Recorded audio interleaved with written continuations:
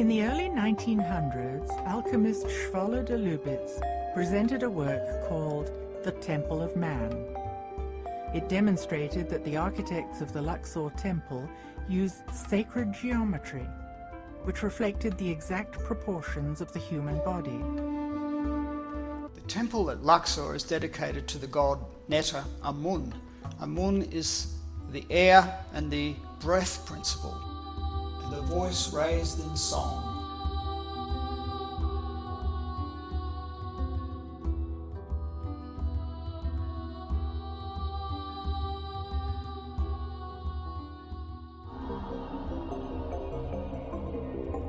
Above the optical center of the temple, in what would correspond to the higher glands of the brain, we find a set of 3 interlocking sanctuaries.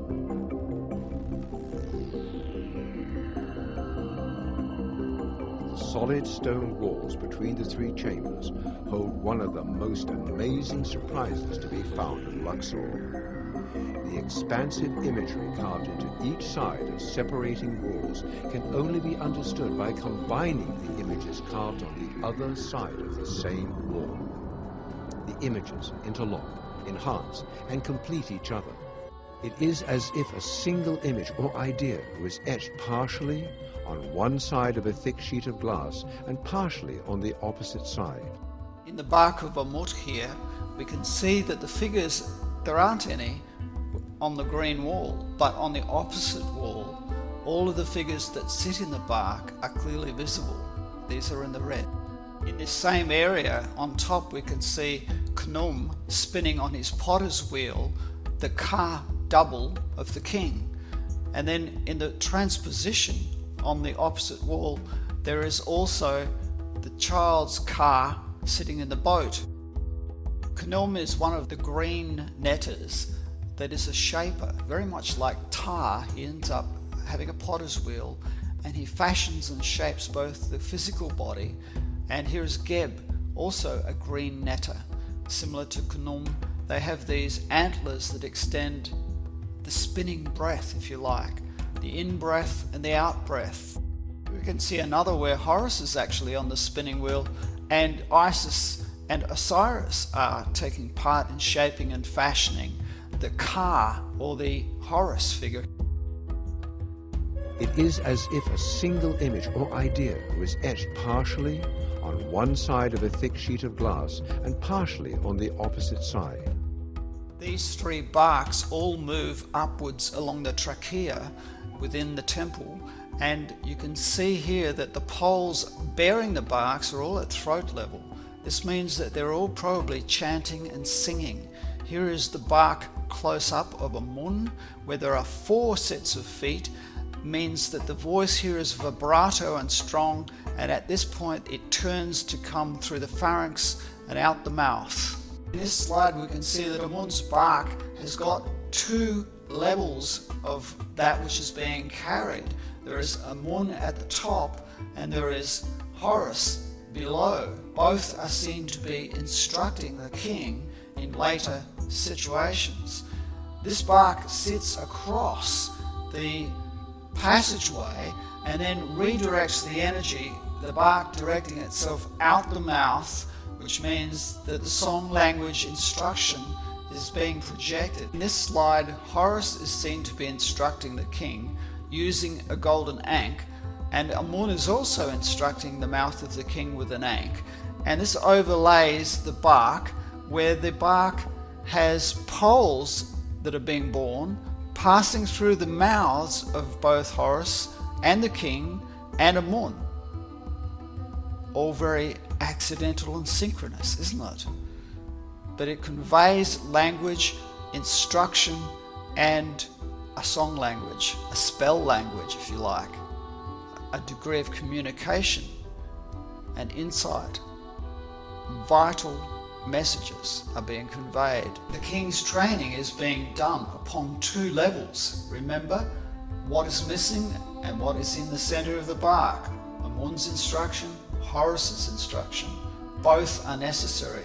The divine breath, Amun, and Horus, the divine intention from the third eye. divine breath, sacred language, exquisite and rapturous sound, communication of a sacred intention, quality, voice, life, power, grace, energy that comes in voice and communication.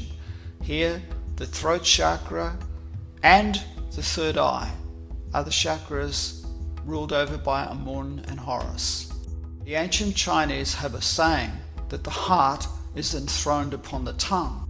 In this next slide where the transparency overlays happen, the first slide shows butchered food, which obviously goes in through the doorway of the mouth. The next slide shows both Horus and Anubis instructing and taking care of the king. Set here represents the shadow part of abusiveness in language, and Horus the creative, honoring and respectful communication. This door is the divine creative power. The tale that I tell you here is that the mouth is one end and the bum is the other end of the alimentary canal.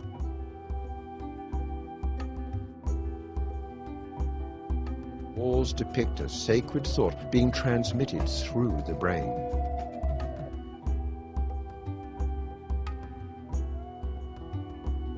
This next transparency is in the brow area between rooms 5 and 12. Now room 5 is the frontal cortex and represents forethought, whilst room 12 is the eyes, ears and sinuses. This has to do with Amun ruling air and light, if you like, and Amun is pictured in this area on that north wall, which is the lower green wall that interfaces with room 12. Here we see Amun depicted 4 times, and he is preoccupied, you might say, with the thought, air and light to do with the material plane or the senses, which is looking into room 12. King in the middle is surrounded by the red of Lower Egypt, the base instincts of desire to need to reproduce and to eat, whilst the white is the Upper Egypt of the south.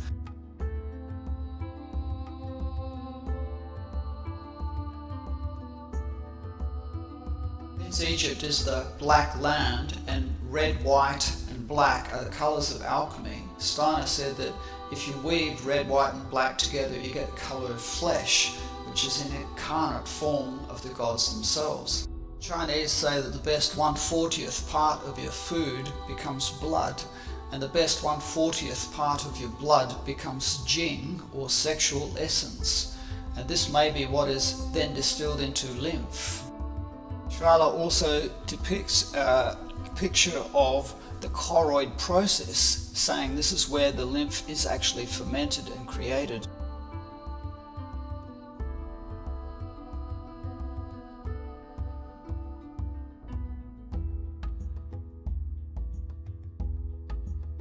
So there's a special process between the corpus callosum, the choroid process, and the hypothalamus.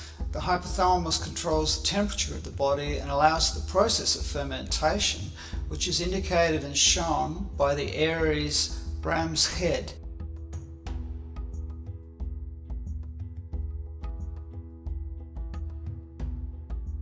Unusual properties of the pineal gland illuminate the many strange references to this most mysterious part of the brain. In strange and unexpected ways, the temples demonstrated a special emphasis on the pineal gland and its role as the intermediary between mind and body, the seat of consciousness, or possibly the gateway into and out of life.